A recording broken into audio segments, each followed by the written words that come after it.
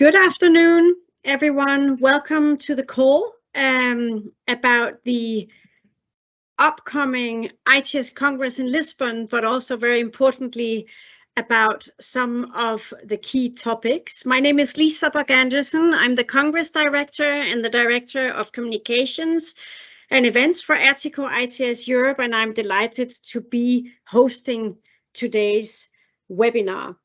Some of you may know that this is part of a series, a small webinar series, and what we do ahead of each Congress is to cover the key topics of the Congress, to give you a little appetizer on what can be expected in terms of different facets of the discussions, and of course also an update on the Congress. And today we are focusing on new mobility services. A quick look at the agenda. In a moment, I will hand over to my CEO, Joost van Tomme, who is the CEO of ERTICO ITS Europe, who will give a short welcome, and then I will give an overview on the Congress. Then we will move to the panel, where I will be handing over to John Paddington, my colleague, Senior Manager of Innovation and Deployment, and John will be moderating a panel, a wonderful panel that both represents the European Commission, DG Move, and we also have Vicomtech, Verra Mobility, and ioki, a Deutsche Bahn company, who will be part of the panel. And when we get to that, John will do the introductions. Maybe just before we continue, a quick couple of words about the topic. You can see this word cloud gives you a little glimpse of the complexity and the many facets of the topic of new mobility services. You will, of course, hear much more about it in Lisbon during the actual Congress. But as you can see, it's about making mobility smarter. It's about urban airspace management. It's about solving congestion. It's about new business models. It's about measuring that impact. It's about skills development, changes to the workforce, etc., etc., etc. You can also go on our Lisbon website, where we, under topics, list all the subtopics that we're trying to cover in the Congress. House rules, as always, you are in listen-only mode, but you are more than welcome to ask questions. We will take them at the end, and you can either put them in the Teams tool. We have, however, noted for a couple of you that doesn't always work, so you can always also send them to the email that you can see here. And the webinar will, of course, be recorded and shared through our channels. So thank you very much for those who are joining to listen in, and in advance, thank you for all our speakers who are here with us today. So with that, I'd like to hand over to my CEO, Joost van Tomme, for a welcome. Joost, the floor is yours, please. Thank you, Lisa. Good morning, afternoon, evening, night for everybody. Thank you for joining us on this webinar, the second webinar in this series on a very important, very topical and timely subject on new mobility approaches and services. This is indeed our Congress, a European Congress that will take place in the beautiful Lisbon with the support of all of you, and I would look forward to see all of you there. This is about mobility, obviously, transport and mobility, but it's about smart, safe and sustainable. So definitely hand in hand with the European agendas on that matter. For those who are not yet familiar with ERTICO, we are not a company, we're not a public authority, but we are a unique public-private partnership. So we're a kind of mixture, a creation in between. We've been created 31 years ago by the European Commission, at that time, the Jacques Delors cabinet and the president, with some companies and universities as well. And today we are 125 partners from 8 different sectors that you see on the screen here. I will not repeat all that, but it's actually trying to be horizontal in transport and mobility, linking all these sectors together with all these partners. So it's public, private, universities, research, but also I would say European institutions that are very closely linked to what we do. ITS is the common topics. It's the game changer, as our Portuguese colleagues also put forward for the Congress. It's definitely a game changer in terms of linking all these dots with each other, connecting the dots, as we say in ERTICO, and going beyond. It's not only vehicles and roads and traffic lights and smartization of documents and all that, but it's definitely also the data economy that is rolling out in Europe now through a legislative program. It's also about urban air mobility, about drones, about data exchange, but also artificial intelligence, for example, the new AI Act that is now running, and everything that has to do with smarter traffic management, for example. So all this will be showcased at the Congress, exhibited, but also discussed in our special interest sessions and paper sessions. And as I mentioned here, it's really gearing up for an increased traction on mobility and transport. You've seen in COVID how important it was to have goods moving from one place to another, thanks to our logistics sector. The same goes for moving people, of course, even more now, where we have all these ingredients to cook our meal. It's the digital agenda. We have a special plenary session even on digital communications linked with transport and mobility. It's definitely the green agenda, and you will hear more about this today as well. Urban is a big ticket, the urban mobility strategy and guidelines, and the urban mobility expert group that we are part of, and all this broken down into very concrete results. Inclusion, so access to traffic, access to transport and mobility, which is also a big important ticket now in terms of equity, and obviously the dialogue. So on the last slide, and I will not keep you longer on this one, but just to make you a bit curious why you should attend this Congress. It is first a unique Congress. There's only one ITS Congress, that's ours with European institutions. The second is that you will see innovation, technology and policy live in terms of physical, tangible things. What does that mean? Yeah? What do all the research programs that we have, how does it look like in practice? With exhibition, with demonstrations, with all of you here present and some of your companies and institutions. It's also about a conference. We have 100 sessions in parallel, and my colleagues will explain you a bit more about this on more the latest and greatest in terms of I would say research, but more specifically on transport and mobility applications. And finally, it's about getting people together. Nothing can replace this Zoom or this, what is it, Teams today. Nothing can replace this. You have to live and see each other, to interact and to say 1 + 1 is 3. So we connect the dots with all of you. And I think you're in very good hands with all our speakers, beloved companies and the Institutional Commission. So back to you, Lisa, and thank you for being with us. Thank you very much, Joost, for this introduction. I will now give a brief update on the Congress. Indeed, as Joost was saying, ITS, the Game Changer, is the title of this Congress, and that game is hosted by Lisbon. And it is really a city on the move, as you can see here. They have a modern transport system in all shapes and forms, and they're always striving for more, including, just to mention one, sustainability, mobility via active modes. So in many ways, it is really an ideal city for hosting the Congress. And so we look forward to seeing all of you there. The 4 pillars that we normally highlight for the newcomers, this is really a comprehensive Congress in that it has a high-level program with top-notch speakers discussing some of the broader trends and opportunities and challenges. But next to that, we have the technical program where we are working on pulling together all the contributions into a solid program with 19 to 100 different sessions.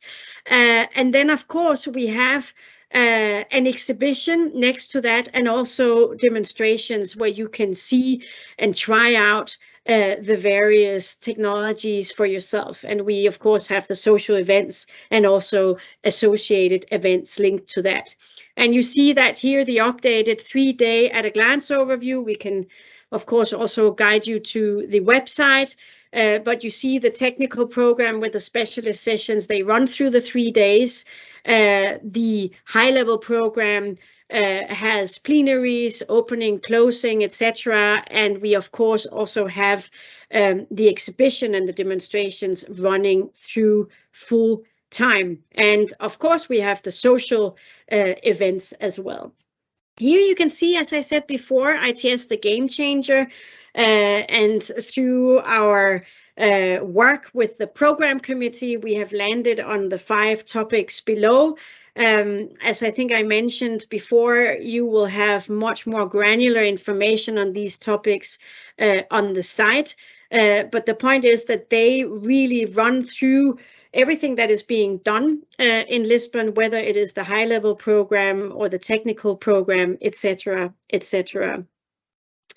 In terms of the plenary, we have also now, you can find on the website our 4 plenaries where we're close to finalizing the speakers. You are very welcome again to go on the website for more. We have 1 or 2 slots left. If you're still interested, don't hesitate to contact us. You see here a few examples of the speakers. They're coming up rapidly now on the website. And perhaps a couple of words on the summit, the Smart Mobility Summit for cities and regions. We always have a high-level policy summit, so to speak, but this time we're really focusing on cities and regions as they are becoming ever more important as a key stakeholder and decision maker on top of that.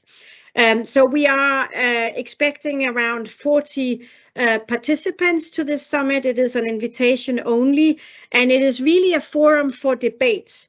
You can see here we have 4 thematic table discussions, and we will have tables, of course, mostly with cities and regions and with just a couple of very selective technology providers as well, discussing together the way forward and the hurdles that are experienced also by cities and regions from across EMEA. And we're very lucky to have the European Commission, Torsten Klimke, from DG Move, who is very involved in smart mobility, urban programs and plans, and he will be our keynote speaker. And there will also, as a part of this summit, be the opportunity for a select tour to some of the key exhibitors. The technical program. So some of the old timers will see that we have 2 novelties here, one on strategic future sessions and also one on startup presentation sessions. The strategic future sessions, they go a bit beyond the state of the art. On top of that, of course, we have the special interest sessions and the technical and research paper sessions that we have had for a number of years. And we're just building together that program. Thank you so much for those who participated. Over 400 contributions came in. Just to underline, it's a very rigorous process of what contributions are actually being accepted. We both have our program committee members filled with experts who are looking through a part of them, as you can see to the left, the SIS, the strategic future sessions, and the startup opportunities. And then we have external paper reviewers for the research and technical papers. In March, we will be getting back, as you can see here as well, around the 20th of March, we will be getting back to all of you with decisions of submissions. Registrations are open.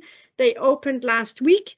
Don't forget to register before 17th of April if you want the early bird.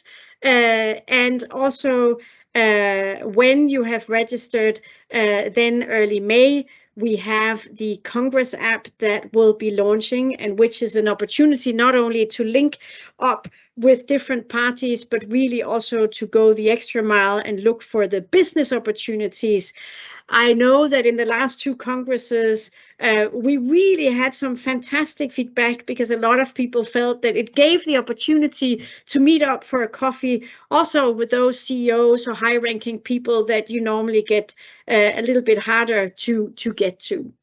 So I think that's it from me, except maybe just a quick reminder, there are different ways of participating. So go on the website, there is a link here. You will of course get the slides, so you can look at the different options. And also, if you want to stay informed, I think we have a last slide, unless I'm mistaken. No, it will be in a little while. We have, of course, the social events that you should join when you see us in Lisbon. The gala dinner is always a lot of fun, because it brings the whole ecosystem together. And of course, we have the welcome and the farewell receptions as usual.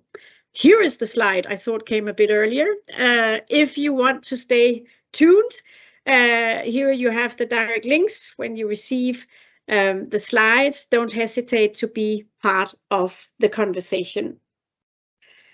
And with that, we are now moving to the second part of this webinar, where we go more in depth with the topic at hand, new mobility services, which is not only a very important topic for ERTICO as such, but also one of the chosen subtopic under the umbrella that we talked about before, ITS the Game Changer. So with that, I would like to hand over to John Paddington, Senior Manager for Innovations and Deployment at ERTICO ITS Europe. Please, the floor is yours, John. Lisa, thank you for that introduction. So I'm going to do a couple of slides as a very quick overview of how sort of new mobility services fit in with ERTICO, but I'm not going to talk long. I'm going to allow the speakers their time. So I think one of the things that's key for us is that new mobility services fits within our urban mobility roadmap. So we have 4 roadmaps within ERTICO, and these are things we've agreed within the partnership, and actually we see as the Congress as a great way of helping achieving that and actually showing the changes.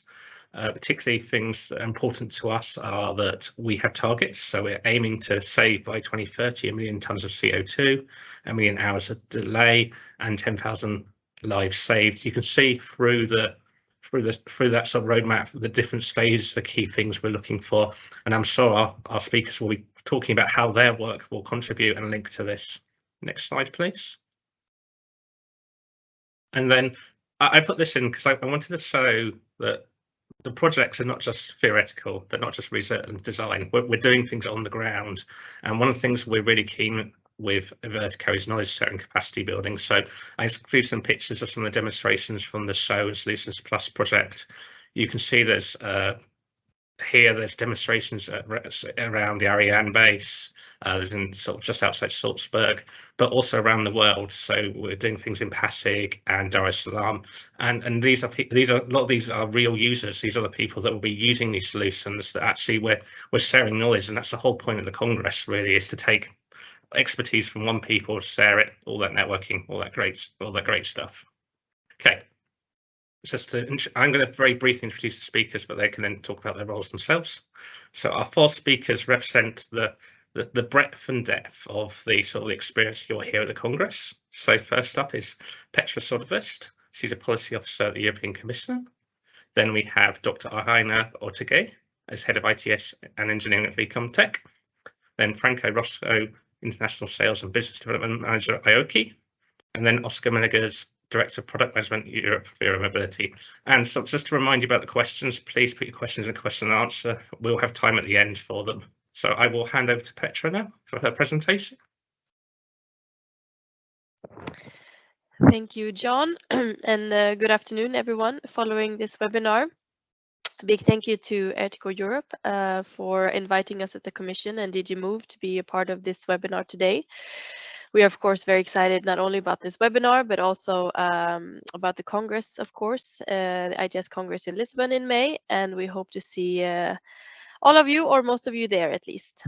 So jumping into today's topic, I will be presenting what we at the Commission have in the pipeline this year on multimodal transport. And of course, as you will see during my presentation, this is linked to the theme of today, the new mobility services. So I will go through 4 different topics or proposals. 2 I will go to in depth, the first 2 on multimodal travel information services, followed by multimodal digital mobility services. And then I will briefly mention multimodal passenger rights and the upcoming communication on common European data mobility data space. So these are the 4 topics. So jumping into the first one here. What we're doing this year in the Commission is that we are currently working on a revision of a delegated act under the ITS directive. So as many of you are familiar with, perhaps there are several delegated acts under the ITS directive. And there was previously a couple of years ago a revision of another delegated act on real-time traffic information. So this is the revision then of the multimodal travel information services, MMTs as the acronym goes. There's a lot of acronyms as we like, as you know, at the Commission. This revision is a part, and this, as with the ITS directive and this delegated act, is a part of the European Green Deal, who also emphasizes how important it is with multimodal transport in order to, that we need to promote multimodal transport more, and that automated and connected mobility, multimodal mobility, will play an increasing role in the green transition in order to achieve our objective with the European Green Deal. And in the Commission strategy of sustainable and smart mobility strategy of 2020, we also mentioned this MMT's revision as it is linked to one of the flagships in the strategy on making connected and automated multimodal mobility a reality. So it's one of the specific actions actually in the strategy. So it doesn't come to anyone's surprise, perhaps, they were finally revising it. And what we're trying to do with the revision of this delegated act is to really push the MMT services further. So also to remind everyone here that this delegated act provides us, it includes an annex with data, which of course in the articles presents which types of standards it needs to be followed, of course, but this is linked to passenger information to make sure that passengers, which we are all at some point, one way or another, whether it's in our daily commute to and from work or our hobbies or going on our holiday travels, for example. So these MMT services allows us to be able to find through other applications or websites, perhaps, the data necessary to know where I can find a multimodal travel or choice of transport that I would decide. And what has already been announced in the main change of this revision, which is also mentioned in the Sustainable and Smart Mobility Strategy, is to the mandatory accessibility of dynamic data. So this delegated act, which is in place since 2017, is divided into 2 parts in the annex with static data and dynamic data. And the static data is already mandatory, whilst the dynamic data, so real-time data, has not been mandatory to share. So what this means is that with this revision, and I just want to emphasize again that we are still working on the draft of this revision. So because the planned date for adoption is later this year in summer, so end of June, as the date is foreseen for the moment. So there's still certain details that could change, of course, but the main change is the accessibility of dynamic data to make sure that we have the real-time data accessible for passengers, for example. And this is yet again to enhance the MMT services for the passengers.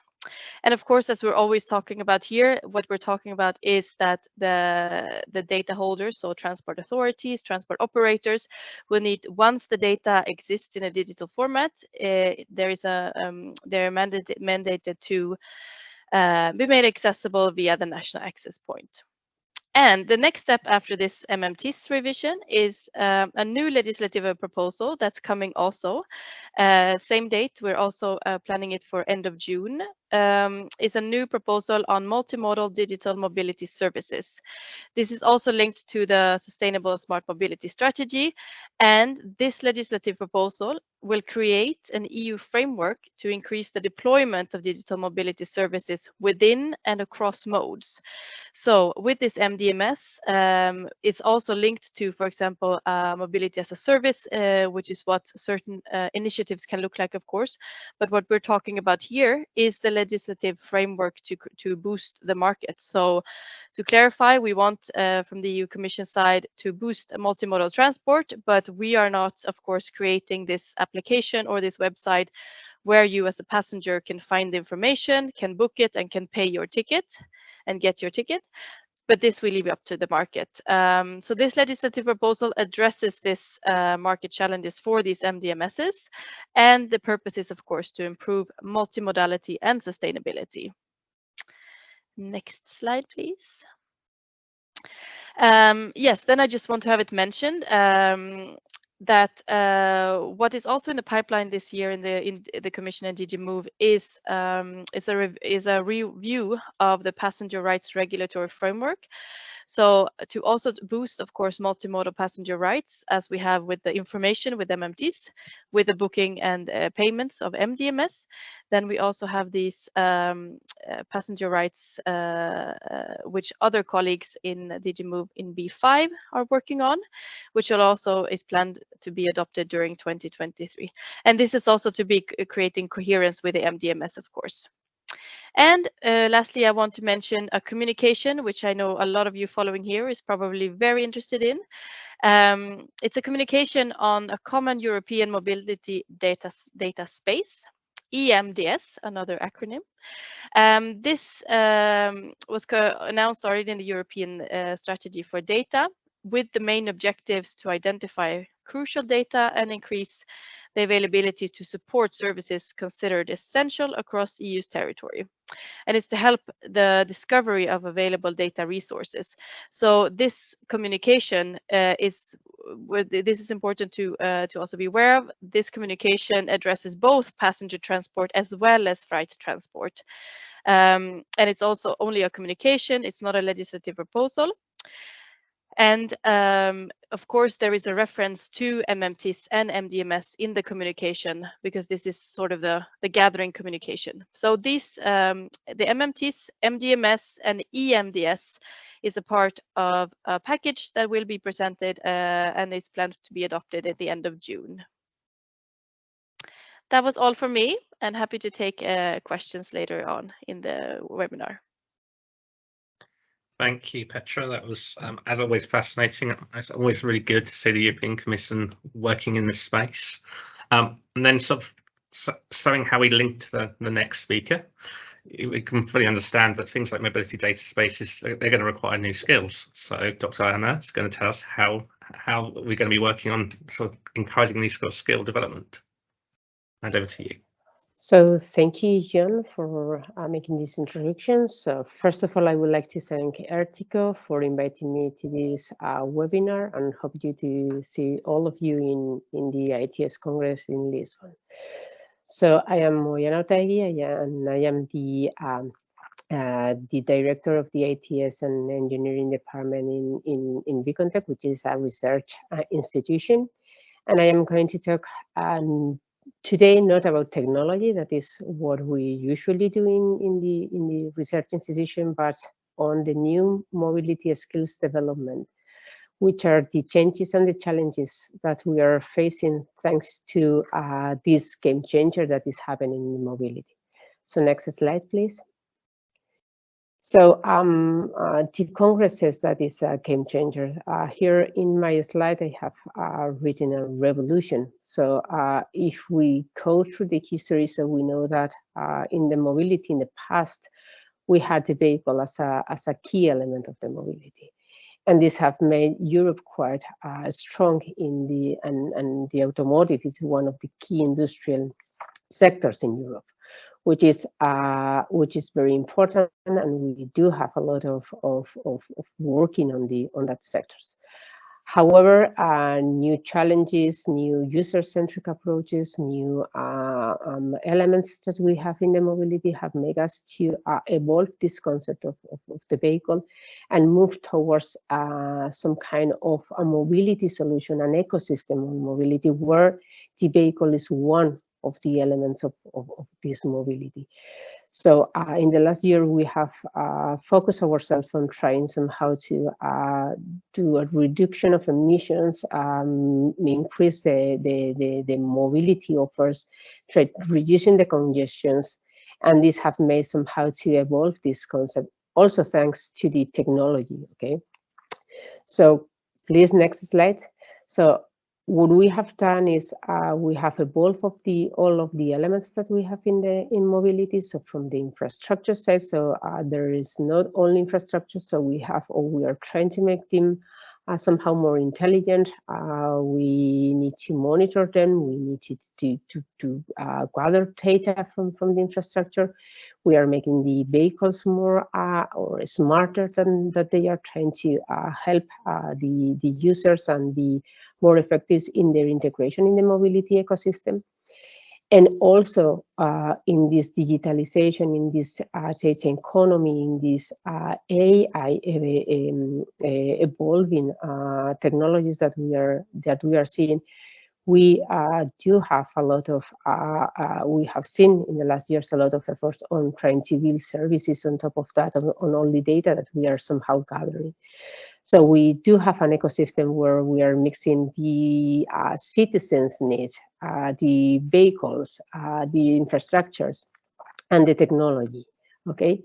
So this is somehow making us to face a revolution in each of the levels of the mobility ecosystem. So putting this into levels, so we see that we are somehow evolving on these levels, not only building the services on top of that, but from the energy generation, the smart grids, how we are dealing with the batteries, charging, how all the elements of the vehicles are changing, how we are integrating new sensory connectivity, infrastructures, communications, and how on top of that we can build services. So this is somehow making us somehow require new skills and new people for facing all these changes if we want to stay competitive and really make this mobility happen. So next slide, please. So if we go and we have always in mind this pyramid that goes from providers to the OEMs, so from tier 2 to OEMs. So this is the traditional pyramid. However, this ecosystem, this evolution in mobility has somehow emerged new players and new providers. So the OEM is not the top of the pyramid anymore. The OEM is one of the suppliers where we are building a new services and element, and all these layers somehow are using or somehow applying these new technologies. So new profiles are somehow required in order to face all these changes in the ecosystem. So this shifts toward the electromobility, automation, and changes somehow has raised the fear that there are going to be a lot of jobs that are going to be eliminated. However, what we see is that, okay, yes, some traditional jobs perhaps are going to be not so demanding, but we are also rising and creating a lot of new opportunities. However, we are facing a great challenge on how to evolve and develop new skills on those people. So the people who were doing this work, we need to make them evolve and make it useful in this new chain.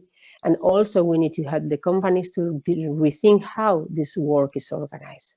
So if we see how we see the future, so we see that the physical and manual skills are going to be down thanks to some kind of automation, but at the end we are going to require more skilled people.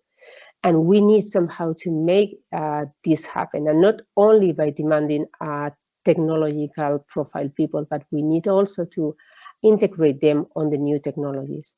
Next slide, please.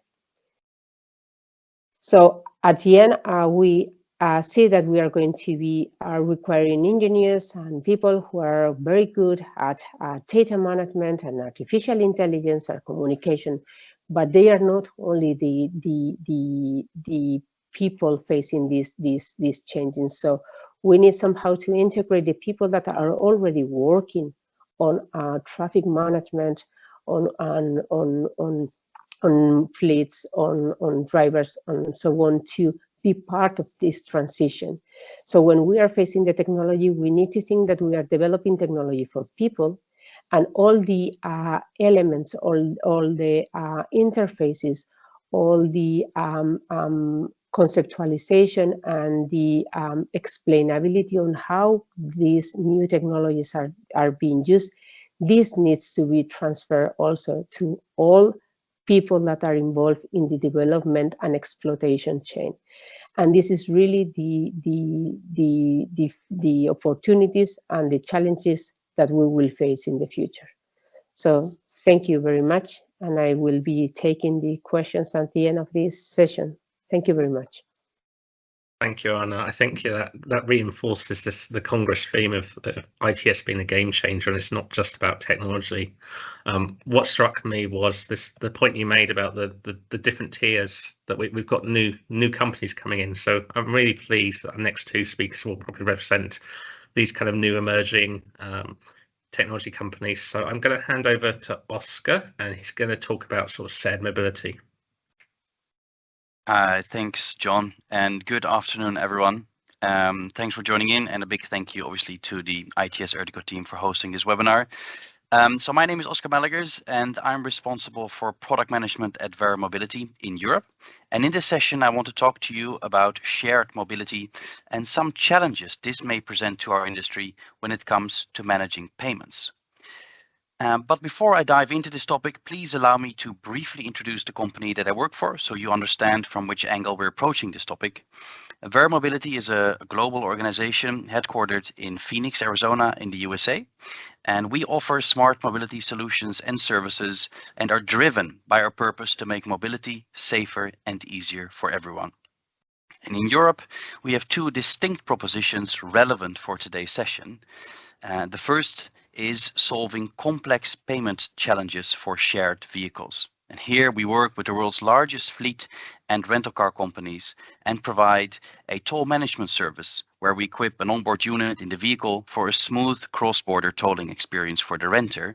However, we also provide unique value for the rental company as we match the toll or any other traffic-related transaction directly to the renter to ensure correct billing. And our second offering is where we support, if you can go back still, our second offering is where we support issuing authorities to enforce traffic management programs such as congestion charges or low emission zones, where we match foreign registered vehicle plates to registered keeper details for enforcement and collection. And as you can see on the map, we're present in several countries in Europe, although we operate across the entire region. And now let's indeed move on to the main topic of today's session, starting off with the road user charging landscape in Europe, which has become pretty complex as several initiatives related to RUC or road user charging are coinciding. Many of you will be familiar with the EETS directive, or the European Electronic Tolling Service, which is unifying the process for electronic toll collection across the region. And although this is a great initiative, since its inception in 2004, the implementation across member states has proven complex and somewhat slow, and this is still ongoing. But in the meantime, with the growing concerns related to the environment, many more types of traffic management programs have been initiated. Think of those congestion zones, low emission zones, clean air zones, in particular in metropolitan areas.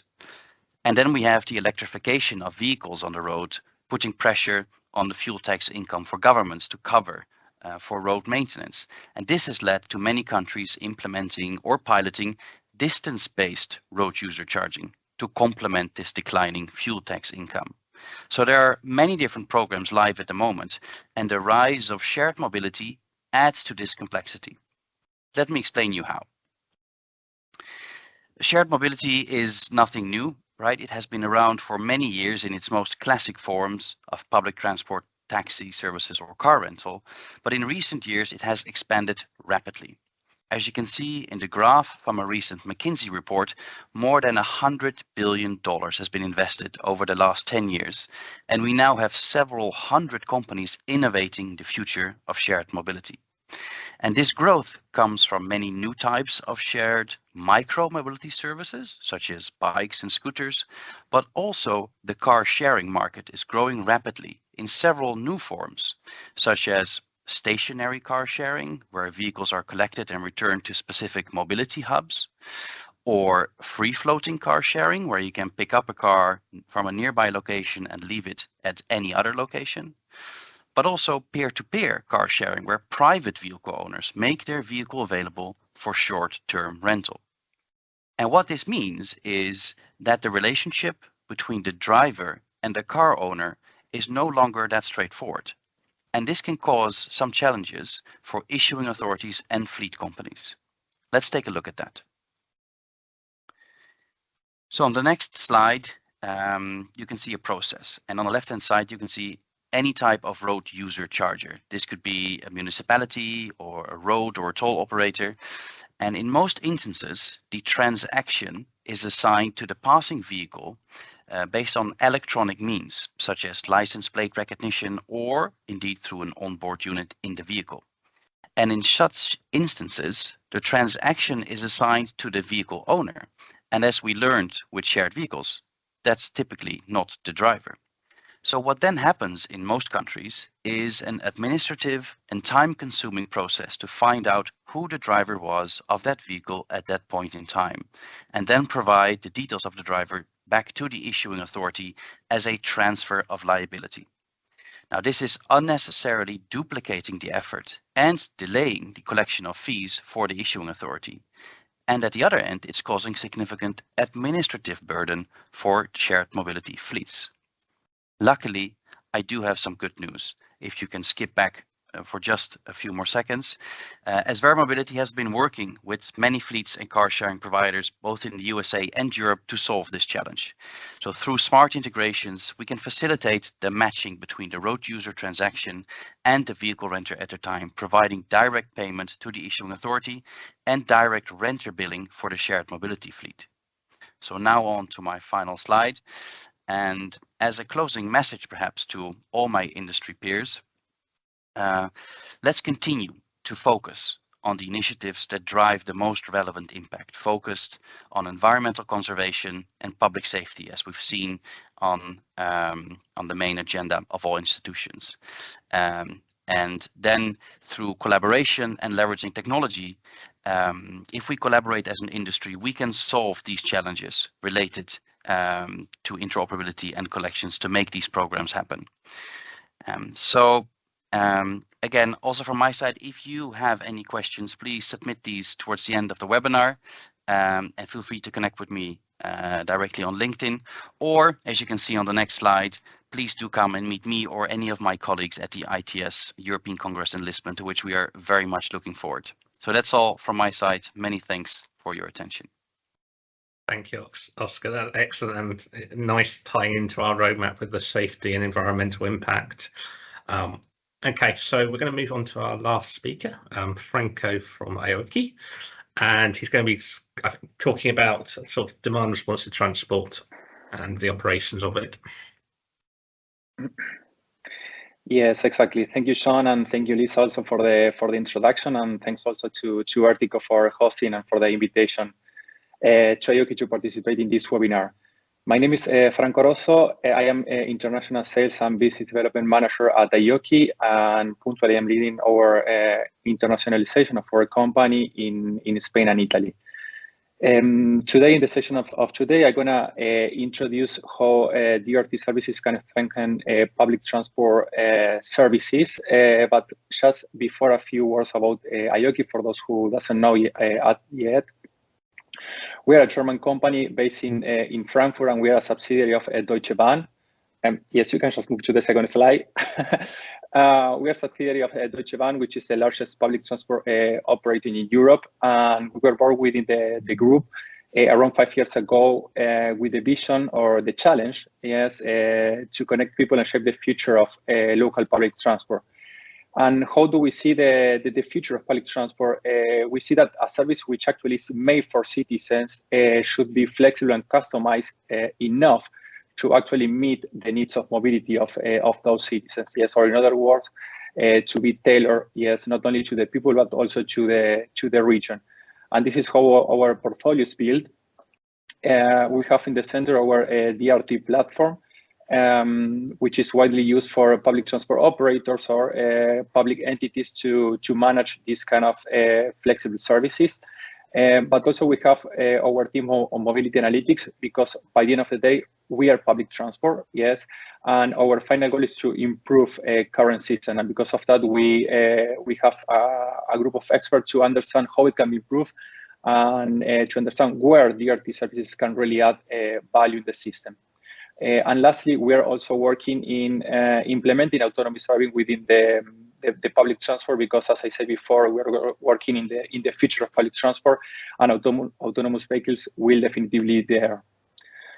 I'm just gonna continue with a little bit of theory on that, and just to explain here in 3 cards, we can define how different system of public transport may work. We have on the left side what is a timetable-based operation or line-based services, which is the traditional system which fixed routes and fixed schedule.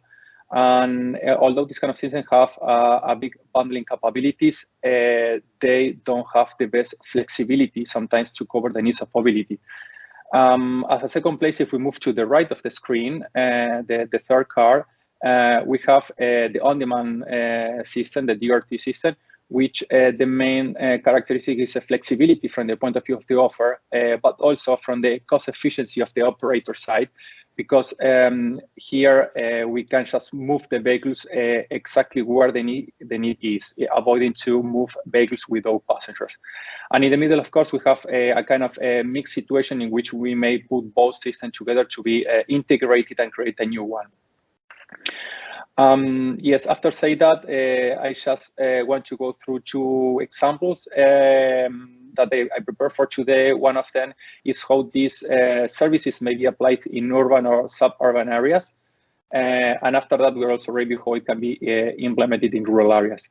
One example of when talking about rural areas is DRT services acting as a first or last mile feeder to the public transport in order to reduce door-to-door travel times.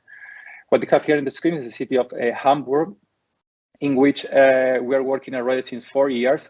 And what happened here is in the city center, the public transport is still working as a line-based, but after that, when we move to the suburban areas, we identify that offering the public transport as a DRT service is increasing the quality of the service offered there. And if we move already to the next slide, just to give you an idea how the service is working there, we're operating already in 5 service areas with approximately 20 vehicles there, and we are proud to say that we already transported more than 800,000 passengers since the beginning of the service. And just about key facts there, firstly to highlight that we received many prizes there, many awards, which are the German Mobility Award in 2019 and also the German Mobility Transition Award in 2022. But also looking at the behavior of the people, we can see that this solution is really integrated within the public transport, since more than 70% of the passengers are actually moving to a next public transport stop. And almost 90% of the passengers are using also the public transport ticket. Yes, what means that this is really conceived as a public transport solution. Also to clarify here that we are the technology providers of these kind of services, and in this case, it is operated by the local public transport operator, VHH. And probably the last comment here is like, although 25% of the passengers may have access to a private car, they'll still decide to use the public transport. now in these new kind of services. So yes, this is also how we also contribute to reducing the utilization of the private cars. After that, just moving to the other case, moving to the rural or moving to from the urban or suburban areas to the rural areas. Probably we're used to see a case as it is shown here as before, yes, in which we have many lines trying to connect many different small towns in rural areas, in which probably the connection is not the best, the frequency is not the best, with only a few services a day.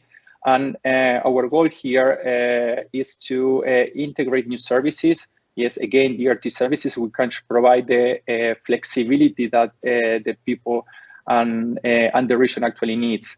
And to make it concrete in one example, also in the next slide, is how we implemented the services in the region of Castilla-La Mancha in Spain. If we can move to the next slide, perhaps, we can also see here the example. In which the situation here was that the public transport was used a lot early in the morning when all the students were going to the school, but after that, vehicles were mostly empty during the day.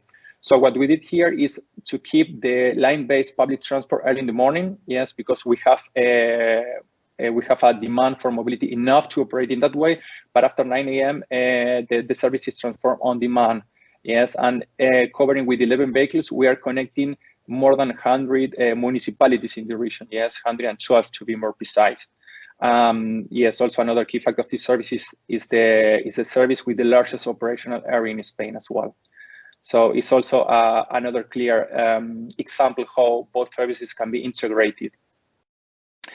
Well, so this is the examples I prepared for today to give you a kind of overview. I hope that many of you feel identified with the examples we showed today.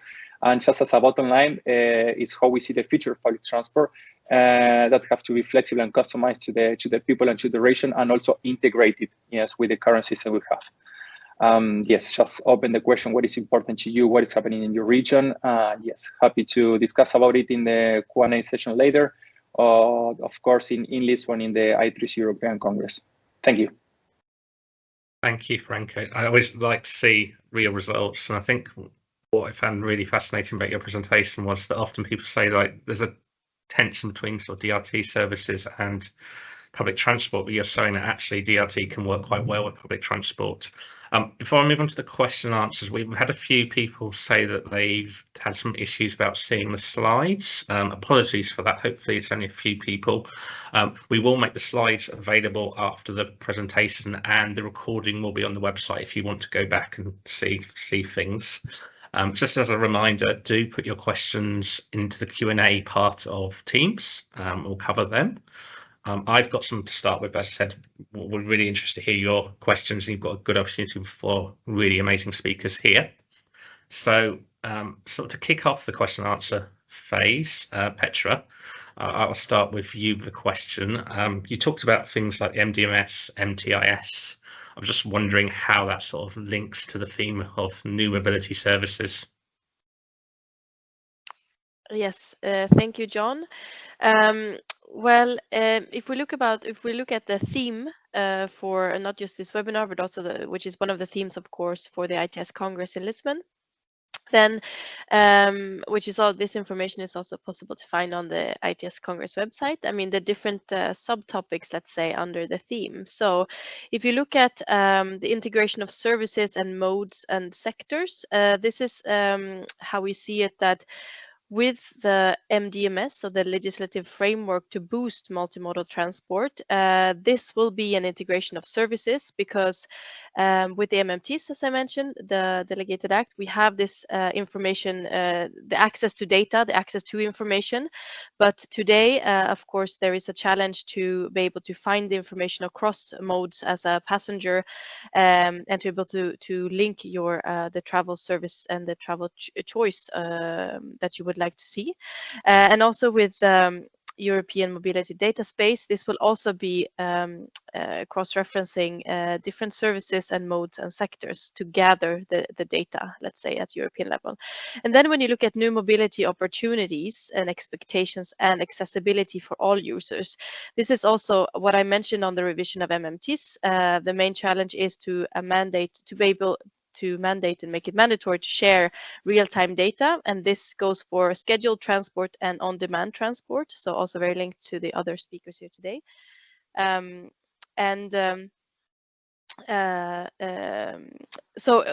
what we've also added is to make sure, for example, when it comes to accessibility, this to also make the EU legislation as inclusive for all passengers, of course. We've also added data to make sure that it also accommodates persons with reduced mobilities and persons with disabilities, but also to make it really multimodal and promote active modes. We've also added some data types so that you as a passenger can access the information and know where is it possible to bring my bicycle on the metro or on the train, let's say. So this is, of course, very, very important. And this is also linked to the multimodal passenger rights, of course, to make it accessible for all. So new mobility opportunities is something that we really hope to will be the result of the different legislative proposals or acts that we will be presenting this year. Yet again, we are creating the framework and hoping for nice solutions from the market, such as, for example, the different ones presented here today. That's excellent. I think it's always really good to see these kind of frameworks to embrace new services. So I'm going to ask Joanna the next question. One of the things we always really struggle with is this shortage of skills or shortage of experience, that it's quite challenging often to recruit the right people. So how do you think we go able to bridge the needs of the technologies versus sort of the expertise we require?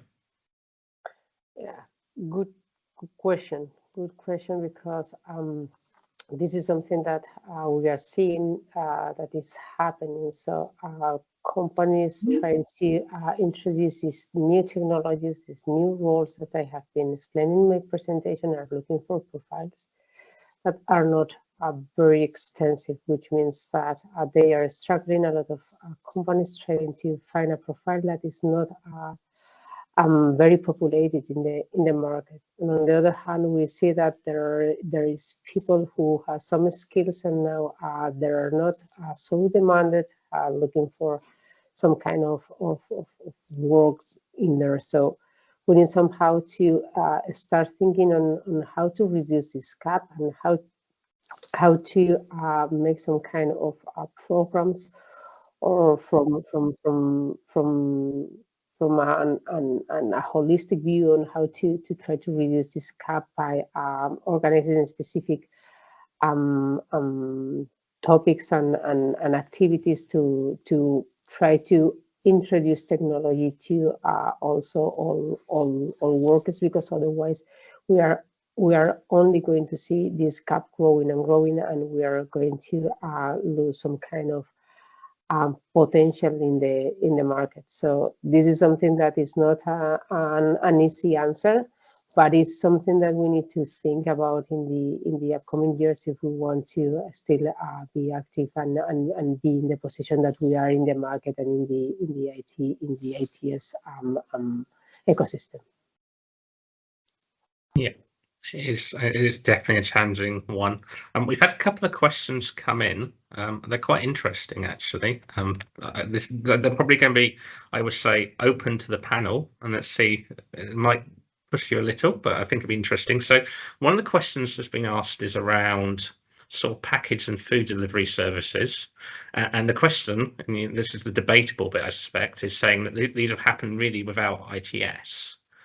But I'm not sure that's quite true, but anyway. But the question really was asking about how do we see ITS playing the transformation of people delivering public transport? Who wants to have a go at that one?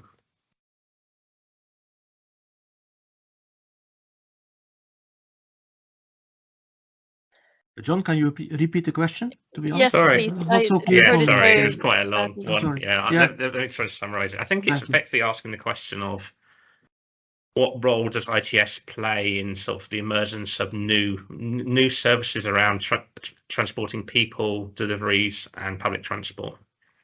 Yeah, maybe I'll give a start and then some others can join.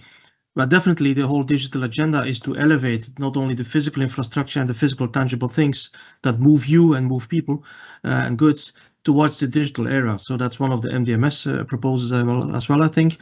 It's to hyperscale these things and to even increase accessibility to all these systems in a single sign-on, ideally, which means by one multimodal app, you would have access to these systems, while normally you would have to contract with each of these modes individually, have payment systems individually, etc. A bit like the charging stations, where the new regulation of FEAR will also oblige to have more easy access to that.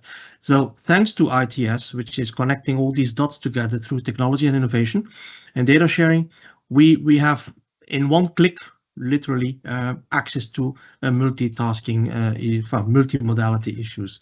Easier said than done, we know that, but we deliver on that through projects in the public and private sphere. And I'm sure that Petra has some things to add from a regulatory perspective. Please, Petra. Yes, thank you, Jost, for your initial answer to that question, and thank you to the person who sent the question. Yes, it's correct what Jost was saying. I mean, this is one of the idea of with the MDMS proposal to really push for it, because, for example, with the different applications a lot of us are using today to see, okay, I'm going not only traveling very far, but also in a short distance, perhaps we can also see these, see which options are available today with vehicle, let's say vehicle sharing or bike sharing, or how I can walk the distance to it, or if I can take public transport or take my own car. There are different options today, and this data is accessible due to the MMT's delegated act under the ITS directive, of course. But to push it further, what also Jost was mentioning, to also make it easier as a passenger not only to find the information, because the challenge today is that we do need several tabs or several apps open in order to find the travel choice that I would like as a passenger, and it's very limited choices of multimodal transport possibilities today as a passenger. So this is, of course, thanks to the data sharing, and to also, this is why we are pushing for more data to be mandatory to be shared, and then to also create, because what the MDMS proposal will include is, of course, obligations for some stakeholders, such as transport operators and or platforms, digital mobility services, to actually integrate data, to open the data, to share the content of, let's say, the booking of tickets, the timetables, but also to integrate, because this is, of course, very limited today or based on other circumstances. So this is what we hope to see, and with the purpose, again, to make it easier for the passenger to travel, and with one, to find the information that you would like, and to also be able to make your booking, let's say. And this would also include on-demand transport with the data sharing. I think I might move on to Oscar. You talked about sort of collaboration at the end of your presentation. I was wondering if you had any advice for the community, or what's your experience on that? Yeah, I think that was part of my closing comments, because I think we all are dealing with a lot of change, and a lot of changes is implemented at a much quicker pace as well, and there's a lot of complexity, and I think not one company can resolve some of these challenges on their own, right? So I think it is super important to maintain focus on the highest level agenda around the environment, safety, and moving goods and people to support local communities, etc., that we collaborate. And I think platforms like this are excellent because we share a common agenda and topics, we share best practices, and I think that's essential for us to retain focus on the highest level agenda and make tangible progress collaboratively. So yeah, I think that's, for us at least, that's the way to move forward, and we're happy to be part of these type of communities. Excellent. Franco, I'm always intrigued to see what happens next. And I think one of the things that's always interesting about DRT is this potential for DRT to be combined with autonomous vehicles. So where do you see that going next? Yes, thank you, Sean, for the question. And yes, indeed, this is a topic. I would say not even for the future. I would say that's something for the present. Indeed, many of our on-demand services we are launching on the market, they are already being operated by autonomous vehicles. We have cases here in Germany, like the city of Karlsruhe or Bad Birnbach, but also in Luxembourg, in Switzerland. It's coming as well with the show project in Torino as well. So definitely this is part of the present already for us. Yes, looking at the future autonomous vehicles will be a really important way in order to reduce cost of operation. Considering that the driver and the human resources there are a highly percentage of the cost of operation. Yeah, so this is as you say, the future. I like to call it as a part of the present already. Sure. We've got another question that's come in, and I don't know if the panel is the right panel for this one or not, but it's a really interesting topic. So I'm tempted to ask it, and we might then say, well, actually, we need to make this maybe in the future webinar. But someone has asked, what's the future for ITS in air mobility? And obviously, air mobility is probably an emerging topic for the urban world. So I would be intrigued to see what people thought on this one. Yeah, I'm happy to step in there to close the silence, to bridge the gap. Urban air mobility, some of you have seen the drone strategy 2.0 of actually Petra's unit, DG Move. Quite interesting. And the urban air mobility, they can learn quite a lot of what we do on the roadside. One of the things is automated driving, so automated drones. Drones are per definition automated, if not autonomous, so level 5 drones. The second thing is the space management. They can use and borrow some ideas that we have here on city planning. Obviously, in the air, there is more space than we think, but all those also this need to be a bit regulated, which has been regulated now through the drone strategy. The third thing is connectivity. The whole discussion we got in Europe, and we still have, is on automotive. Do we need connectivity for automated driving, or do we need to equip these vehicles and robot shuttles with sensors, cameras, lidars to perceive the outside environment and to make the digital twins themselves, and not to be dependent on connectivity layers such as short or long range? It's still a question of $1 or multi-dollars. And I see some manufacturers want connectivity. Actually, they need connectivity to get signals from the outside. For example, CITS could be one of them. Some others say, no, we're going to do everything ourselves with algorithms and smart learning or deep learning. The same question will be applicable for the drones in the future.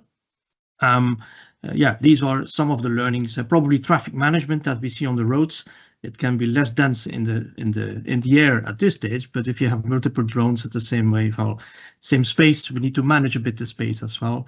And obviously data sharing, maybe MDMS for drones, or include drones in the whole package on multimodality, MaaS and TaaS. Yeah, why not? Maybe I'm dreaming. Okay.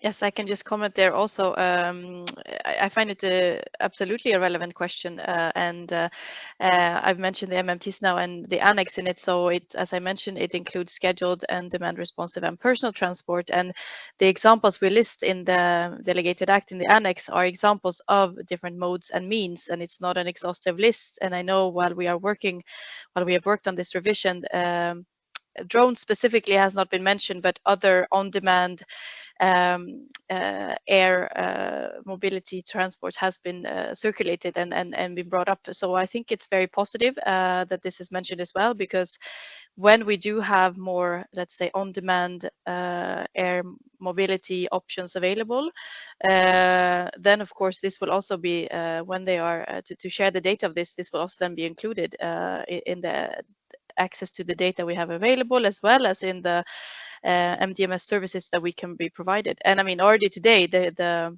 obligation to share data is already included in the current MMTs for air operators as well, but maybe not the on-demand air operators or what will come out of the drone strategy now in practice on the market. Will be interesting to follow.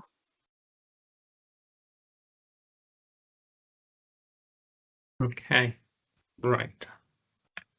I was curious, Franco or Oscar, whether you've had any thoughts about, are you surface transport only at the moment, or is or sort of the thoughts around how urban sort of air mobility might fit in with some of your offers?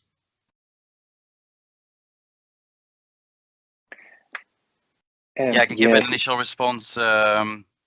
Sorry, Franco, my response will be brief, but we're not engaged really actively at this point in time. But if I can just give my personal view, I think that some of the rules that are maintained on the road in terms of managing traffic and aerial traffic and managing congestion on the road in the same way congestion in the air will be applicable. I think that needs to evolve through legislation and through partnerships as well. So I see, applicability of some of the rules that we shape together on the road to be applicable on air transport as well. And if you can see some of my slides, obviously there is a lot of development there, also as part of shared mobility. So I do definitely think that players engaged in kind of road transport will have a role to play in managing aerial transport as well. Yes, probably I can just share a very brief comment from my side as well. I can also say that we are so far focusing in drone transport. Yes, when talking about on-demand mobility services. But yes, indeed, it is under our scope, not only air mobility, but also maybe water mobility. Yes, with the transport with boats, there are many cities in which the water mobility is also a way. Indeed, we received a few requests on that way. But yes, today we are still focusing in road mobility, but well, with the eyes open to see what's next.